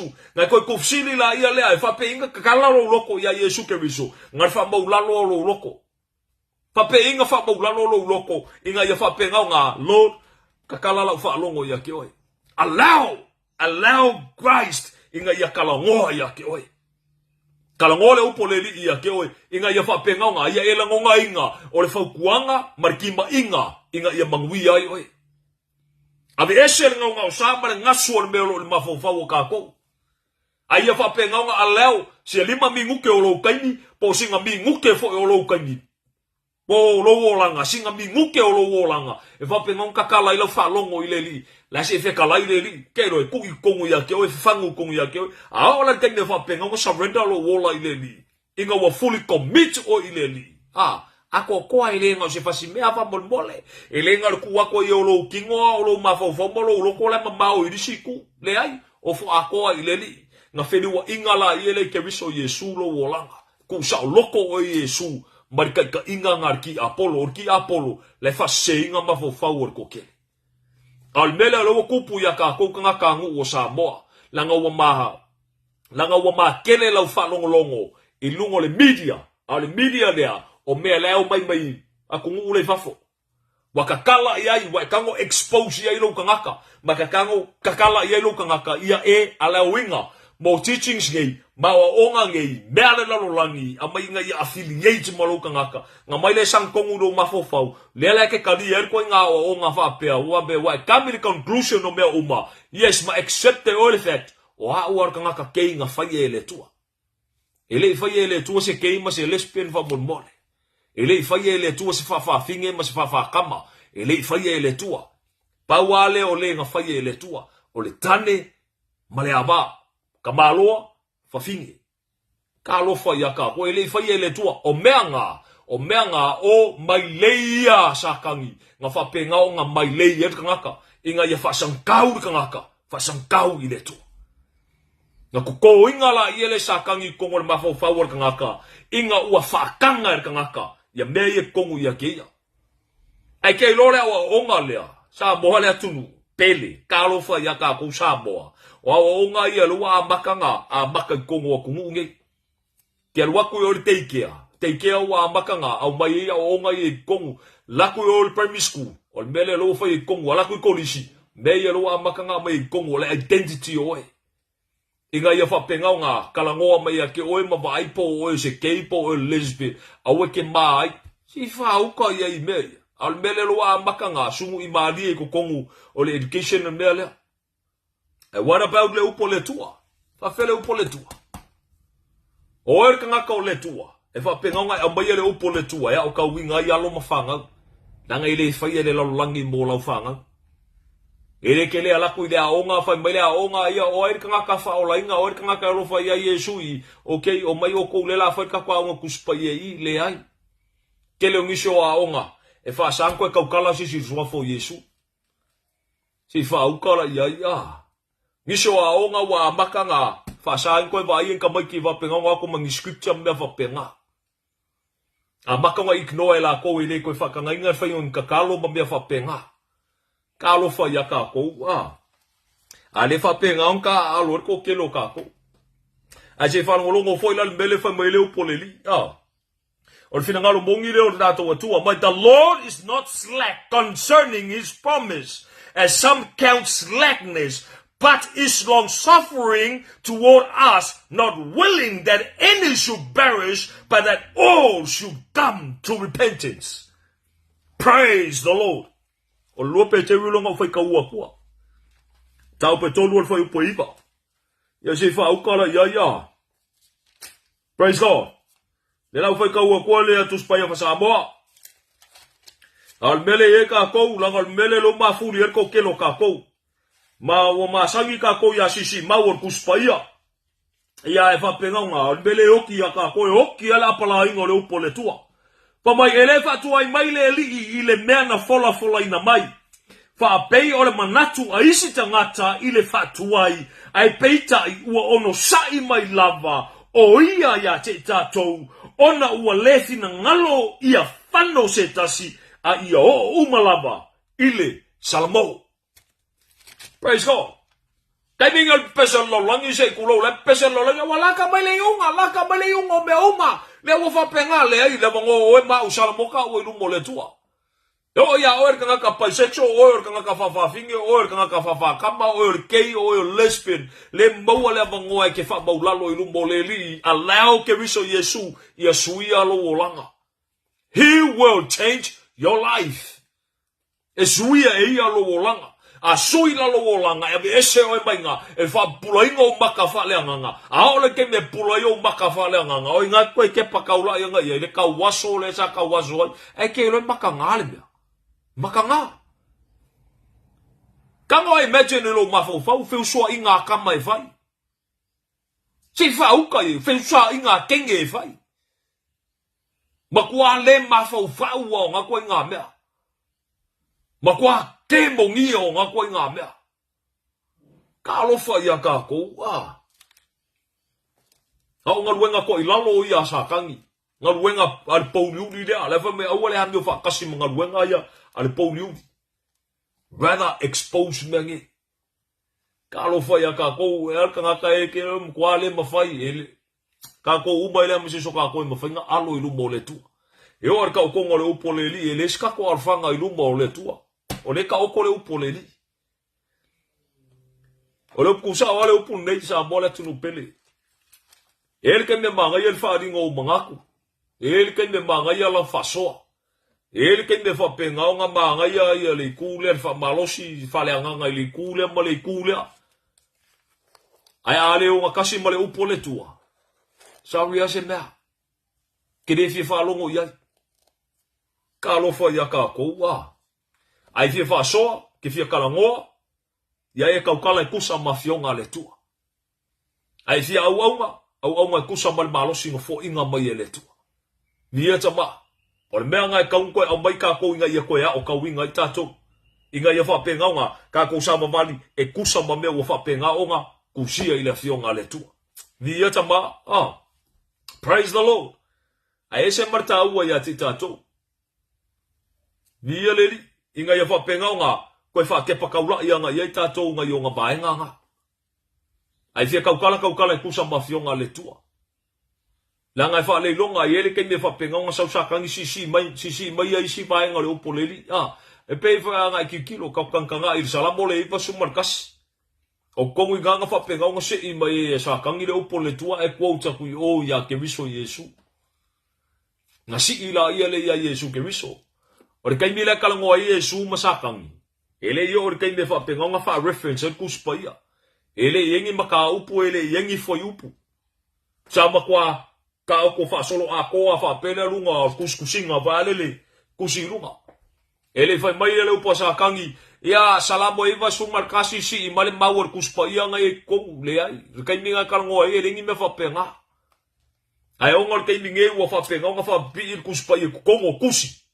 Lela ua fa penga nga reference ai le fa pe a ola kai me si ele mawar kuspa ye si i male Matā'upu si i mai male mare Fai'upu ka lo fa ia ka ko ya si fa u kala ia al makau ki ala ko ngal ka pu nga iwa sumal kasi pe ko wa ko Faitau le al ma fu anga linga fili e sa kangi se i me al Fai'upu mai ko kongo kusinga ka lo fa ia ka ko a va ku yo nga ia fa penga nga fa sang ka wa ia ke viso Yesu. Alesi i ele upo leli. Praise the Lord. Ia alfa afkaila leo kako i leli. O le Faasoa i kongo le Matā'upu lea. O le identity o oe ke le identify o se gay po o se lesbian. Po o se Faafafine po o se tampoe ke le identify inga o e whapenga. O le akiria i o le identify o e whapenga. O le ke identify o oe o le kangaka le whapenga o nga pule sa kangi a ki oe. O le finangalo le li i inga ia whapenga o nga aru ese mai mal pouliuri. O nga luenga ngal pouliuri. Ko kele ungi so kako e whapenga o nga whai manga ko e whai mai. E pule arka ngaka ia. Pule arka ngaka ia. Ia la o umala i langi o le ai o le ao i se ori. Se ori e le se mea ka alo whamolmole. O le mafuanga la lea lei o nga nisi o Faafafine maa ao la kou loko. Nisi o keima nisi o lesbian maa ao la kou loko. E whapenga i fo i ngisho i lako e lefia kani e inga le kala le i o i lako ia mo kamalo loa mawhinge. E o i ngisho ka ngaka wha o lainga le maa o lako loko. Ka alofa i aka kouna le au i elma ka upu mo mua le tusi la Roma. Inga wala ko i loa le upu mongi. Ai le ka ofi e kusa malale atua. A wala ko ke enga. Mele ale upo le li o nga whakanga la i ele le atua i lako e whapenga o nga. Whaie i lako me se. Wamaila yo i lako uma o e whaia mea whapea. Whakase mai lako o e lango sua ia ke i lako o e whaia mea whapea. E ka kaule oki ia ke i lako. Langa o kokongi anga o le akisala. O le oti. A o e tangata o le ke ami o whapea. Salamo mangua mo walo wa vangoa. Salamo. Lia tama. E se me o lua markamanga. Whamaulalo loko i lumo leli. Salamo mangua mo wale vangoa. O e kanga ka kei, ngai mawalo wa vangoa. O le koi wha maulalo o lo loko, salamo i lumo le tua. Lespe, le mawalo o vangoa, wha maulalo o lo loko, wha ko ese i lumo le tua. O e Faafafine, le mawalo o vangoa, wha maulalo o lo loko, wha ko ese i lumo le li. O e Faafakama, wha maulalo o lo loko, wha ko ese i lumo le tua. Le mawalo o vangoa, wha whakaile i le tua. O le me le lau kasi ai ka ua. O le mawale maangaba i ko kongo me maangaba i fafo. O le kako ke feola. O le finangalo le tua. E le finangalo le tua e fango se kasi. O le finangalo le tua. Inga ia liliu mai kako inga ia whapengaunga. Salamo kako i lumo le li. Apa mai a au whaola le li. E lapia inga i tato. E o ia ke oere ka ngaka o ngā. E o ia ke oere ka ngaka whaikaanga. E o ia ke oere ka ngaka munlua. Salamo. E o whai ia ke oere ka ngaka ifo i kupua. Salamo. Whamaulalo le loko. Whako ese i lumo le li.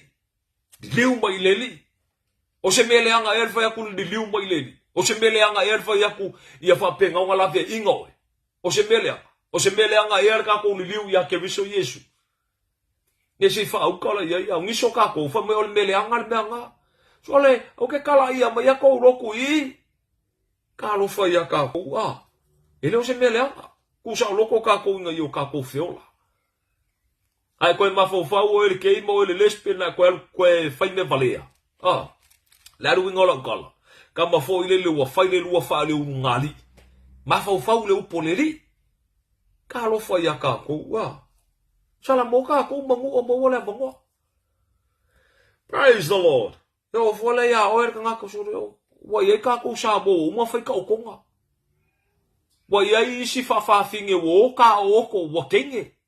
Ele ungi kenge. Si fa o ka ye fa se ko ke lo ka ko. Ale va mbele upoleli. Awa koke a mio fatasi mangaluenga lea o ngā le pauliuri. Ai le lei ona o tau awa yatu. Praise the Lord. Ar mafua anganga le ngā whakanga ngisi. E irisi loko whao lainga. Wa lea mangi angi aifu ala au keima le au lespini e ruma. Si whaukala ia. Oi ngai e indicates pe whaalia mai ai. Wala kou kari ia. Au loko whao lainga.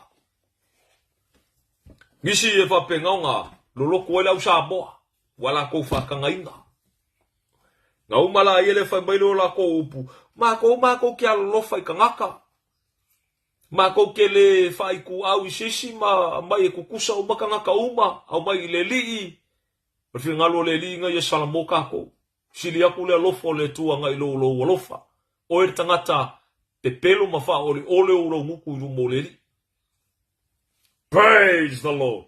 Ya alfa kaila le tato betua. Samoa tu pele. Ya, or Faasoa ngar ngai skura. Por ngai fo ya wo. Ya por ngai fo va ngole fifi. Da lava le kula ole aso e mo men ngai Faasoa. A faila oil kanga ka kialo famong ya kemiso Yesu. Ma e kau kingo ma e fai mai o Yesu o le li faola ya ke o. Ya. Kula ia le fa fifi ile li. Ko fkonga ila ia le mafofang.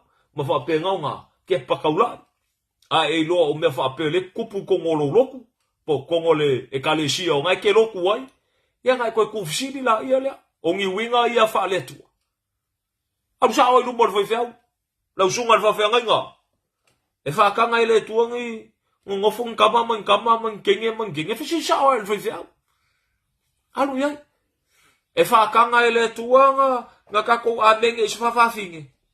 Ala kula I runga whambaru si au le upole tua. Mela le leo I le upole li. Feule la ko whalongo I le upumongi. Au a whapengaunga la ko kofia lava la ko lava wa o kusa mo la ko lava ko ingangau. Ka alofa ia ka ko wala ko kau kingo mai wala ko iloa le tua. A o la ko ngaluenga. Wala ko ke e ngai o ia. Ngai ko kufsiri la ia lea. E ke fia au kasi ma e fia piyama I ngaluenga nga ko ilalo le pouliuti. A faila elea. Ya ka ko salamo mangua mo le mangua. Praise the Almighty God. Via tama. Ya taua na ya te tatou. Se awa ke palai. Awa ke fefe. Ya se fa au kala ya. Le mongi el sunga ya se. Se awa ke fefe fisili. Se fisili lenga fisili langolo fia malamba. Pasta. Fesili fa molbole. E fa kanga ele keima le lesbian fa molbole kongole loku. Fa me ase upole tu e fa kawingamea. Ngal pa walbe ko fa kikilo. So koma makomoro. Ko kongi la pase semba alu ke makamaka ko kongo so koma makomoro. Alu ole travel agents pe kango vili le official maleva lili. Fa e fa molbole. E fia o ke fia malanga o I mela ye so koma makomoro. E fia le pase se alu ye nga. Ya so maile au soi. E o mafafango lo langi e fi wesu e mela ye so koma makomoro. Ai se alu nga mafuanga. Wakafi e se ele tua mai rungo funga ele. Mafua mai se a. O nga uinga fa penge. E se fa ukola ya. E fia fa le pase se alu ye so koma makomoro. Kalo fa ya kako. Ngal pawal me mo ai vili mai ke au fi al passe so fa or ka wal passe so salmo o fa inga ngal passe se salmo mangua mo halu vangoa ni tama ya fa ka inga leli au ke fefe e ke kaukala au ke fefe fa penga I lo le me kongo mal me sao me fi ai leli fa ka manga praise God ka usi fa la fa fonga o la ko fa ka winga ku ala fionga le tua. Ya ka ko fai wai foi la ya la. Ya via le li. Via tama. To Faitau wina maya a mata mo Fai'upu ono ya fa solo mo rola ile lo Faitau fa molmole si fa ngata mo Fai'upu sumbar fa. Tau po lima Tusi da Efeso. Mai awane fa seina o to se tasi I upu fatau va a awa o mea ia e o mai ele to sao le tua ie fa long tata. Mai or ko san mela sa. Praise God. Ele se mela di ia ile tua la fa mele po le tua fa no le tua le oti o tangata ang sala. A faila e fango oi. Awange mga koe aka ile tua ile vivia ile tua fango ngoa ile tua. Langa wo fia kausanga o kau alanga inga Matā'upu por salmo. Fia kausanga o kau alanga inga le upo le ola fa pa inga. Fia kausanga o kau alanga inga Matā'upu por sa kau. Fia kausanga o kau alanga inga fa o kanga le li. Ala furkua nga irko kelo ngiso kako. Or ko sal mela saufa molmole. O el kanga kale ya. Te kulowa O el kanga kale fa lo ke fa karkali ale fio mai o Yesu. Le salamo. Aur ke mi ke salamo ai. Mai fa kanga le nganga o leli. Yanga ilola ia le lisko nga kala ke foi. Praise God. E ke le fa karkali ya Yesu. Ya e fa penga e ke alu ke rua fa kasi mo Yesu. Yanga o malola ia le. Yanga fio mai lola ia le o Yesu. O mai fa kasi malanga upa ia. Praise the Lord. Ya arfa fa inga ka ko woni. Praise God. Via tama. Fa mai la ia le o Fai'upu ono. Fai'upu fitu o le nei. Awane fa tasi o to mai la to. Awasa o to po uli ana mua. A o le nei o to mal malama ileli. Inasa vavali ia e pei o ua mal malama. Awa o le fu o le anganga o le anga le lei malava. Lea male ami o tonu. Marfa maoni. Ia so o to pe se ase mea e fia ia ileli. Ia se fa ukala ia ia. Kako sa ili me fa pengaunga fia ia le tua. Praise the Lord. A faila ingo la le tua inga luenga ko ila longi sakangi. Ia o se me fa pengaunga furkua nga iai. Ayanga ileli. Se ola e fa fia ileli. Ku e fa fia ileli. E o ko fsili ya kula ile ya ke oe. O se mele anga e lo ku e ke fa fia ia Yesu ke biso. Se mele anga ya ke oe. A faila o se mele anga ya ke oe lo wola fa fia ileli. Yanga ko ke pakaula ila ia lea. O le ale kaungu unga o e ke kaungu unga ia. Langa le fa pengaung fa mele o poleli. O se ele alofa ia Yesu. Ia nga kema le ngaka. Ia se fa ukala ia ia. E mafa upu ia la for kuspa ia fa mormole. A faila e ke le alofa ia Yesu. O le unga oe. E nga kema oe. You will be accursed. Se fa ukala ia ia. Alofa ileli. A faila e mongi mafa maungi ke alofa ileli. Kusa mar Faasoa ngei auri. A e lo me fa pea. Salamo. A e lo se me fa pea. O oi or kangaka la ke lo ngalua inga o eleli. Kalango ia. O le mafuanga ngal Faasoa le. O le Faasoa le o le alofa. O le alofa le o le tua. Le alofa le o le li inga ia wangi fango se kas. Ngili o mai kako. A o fa maulalo o er kangaka ke ma lesbian vi ia le li fa maulalo o folo wola ile li. Finu inga ke viso Yesu lo wolanga. O mea kuai o lo wolanga. Fofo e se Yesu. Ai avea oi or kangaka fou ia ke ia. Praise the Lord. Al mafuanga nga linga le suia ko kelo ngisio ka ko kongon falkanga. Langa kele salamo. Pawal mea linga e faulainga. Langa we faulainga onga o lo mulmuli upor kakalo o fiau. E kele faulainga manga. Le fai ko kelo ka ko salvation prayer. E kele faulainga salvation prayer. Kalo fa ya ka ko. Praise the Lord. Mai aso e o tau se mea. Se ase mea e fia ia ileli. Awa foi ko ke amio fa kasi mga luenga lea o ngale poliuni. Ai le lei ono o tau wa o ayatu. Awa o mea ua fai a fa lilo e ila tau. Ua matanga lava. Ona tau tala iai. Ia se fa ukala iai Kwa makanga Pa mai a o mea umalama ua o ina. Ua fa alia mai ia ile mal malama. Ma mal malama lea. Mai ma fa alia o le mal malama lea. O le mea lea ua fai mai ai. Ala ia oe e moe. Nama e tu la i mai ia e woti. O na fa mal malama mai lea. O ke riso ia te oe. Ia se fa ukala ia Mon me fa le pula mai ala e oki. Ia maka ngofia le upoleli. Praise the Lord. Mela le fa pena to ya o tau ina i tatou. A or ke me fa penga kalango e kusa mavionga le tua. Le malosi va pengonga ia fo inga mai. Ia lo fa pengonga mangingo il men ko kalango mai la poskolo peteru ia ka ko kusimuli nga ia mafai wa iloa pule lo fa leli. Praise the Lord. Malo lava le on le lava pale malo le on sa. Ia malo fo yale sila Maimoaga ia man fa fonga mai foi. Inei tula. Ia mtau pe fa Fai'upu sumartasi. Feo Fai'upu sumartasi. Ia usi la va fonga. Mai afai tau tala se tasi. Ia tusa mafionga le tua. Afai au aunga se kasi. Ia kusa malosi ua fo ina mai le tua. Ina ia vi ia le tua. Inea umalava ona o keriso. Mai ona o Yesu keriso. Ia te ia le vi inga. Malosi e whamavau lava. Amen. Praise the Lord. If ia kaukala. Ia kaukala kusa mafionga le tua. If ia au aunga. Ia au aunga kusa malosi ua fo inga mai le tua. Inga ia whapengaunga. Di ia itama. Au mea umai whapengaunga lua inga. It's all through Jesus Christ. For his glory. Forever and ever. Amen. Praise the Lord.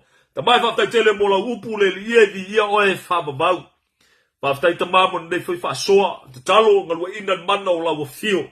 Le apane le apaifo le li ia. Lord, thy truth. To penetrate the innermost of our hearts.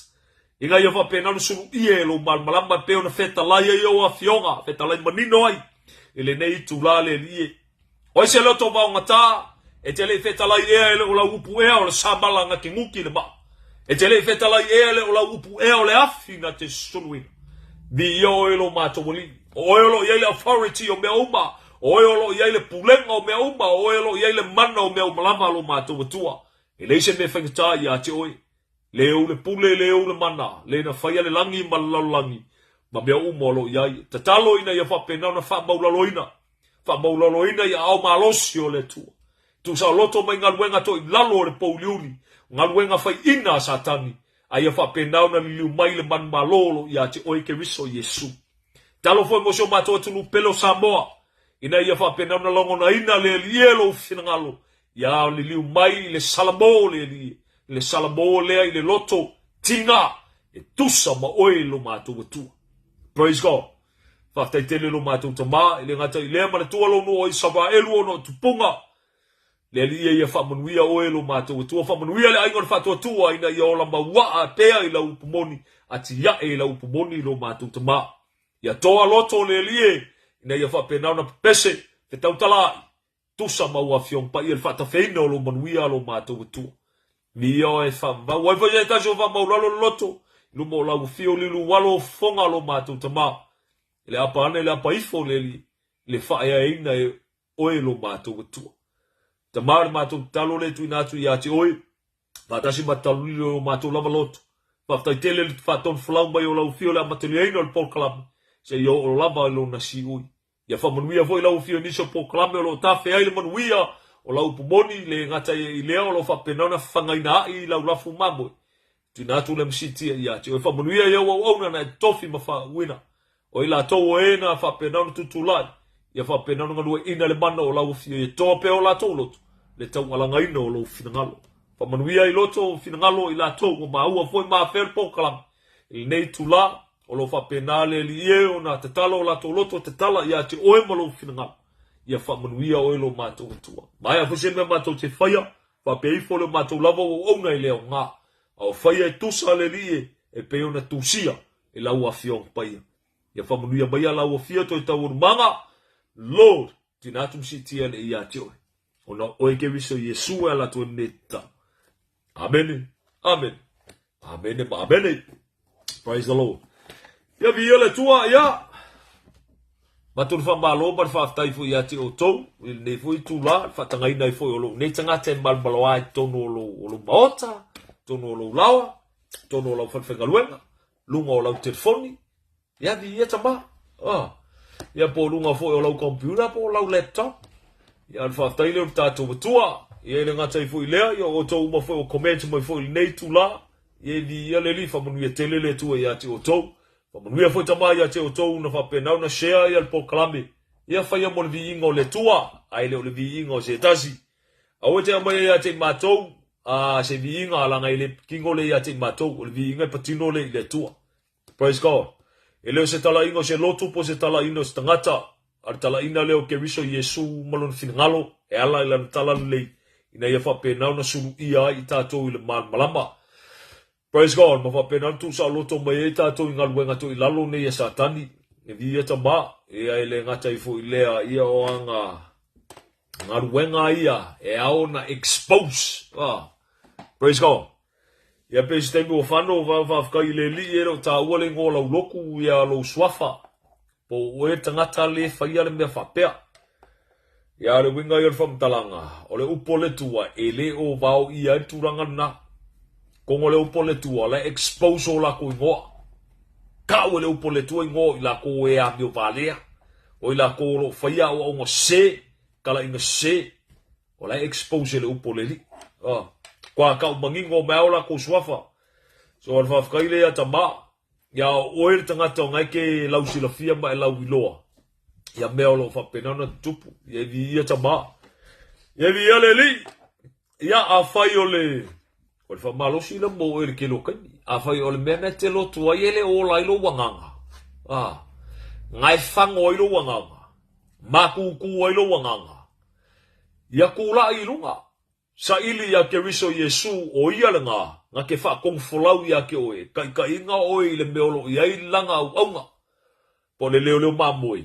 E wha whai le inga lo wola whale anganga. Ma whanga inga oe i le ku whale anganga. Praise God. Inga ia wha lava saungia ma ka penga inga oe. Ia. E le ngaka mo ngaruenga leiu. Ia e mai se fo ia. Le wha un whale inga le malo le tua. Praise the Lord. Whatalofa tu ia te o toina i Amerika. Ia via le li, whamanuia tele le tua o tena ngona ia o le Faafafine ia te o tau.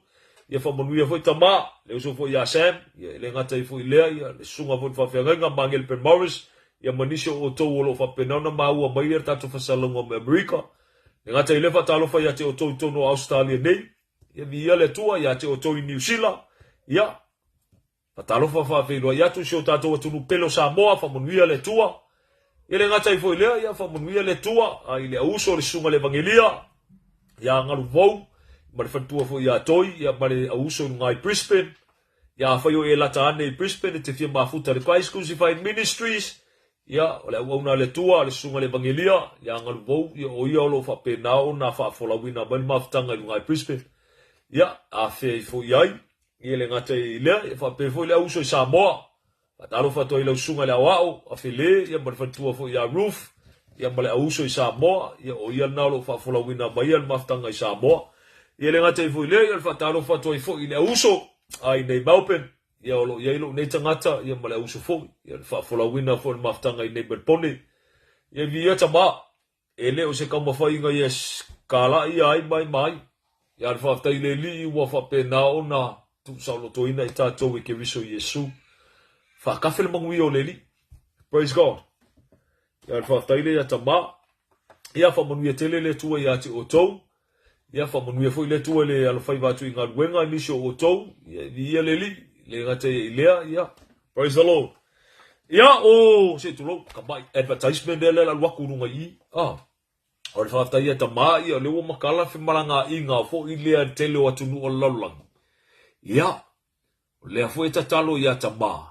Ia mo fo sia vango e fa pe ngaunga ki ai fo ilungo le vale. Ia fe sia i solo pe apule lo faleli. Ia ole a longo atu. Ia po fele ko ngule la bo mua lele ku ia pe apule lo fal tato tua. Ia tama. Ia to e fa manato to ai fo. Ia na nei al mato al maftanga talo ia mato maftanga tuspa ia fo i pe afa ia te fia awai. Ia le tu lai fitu ile afiafi.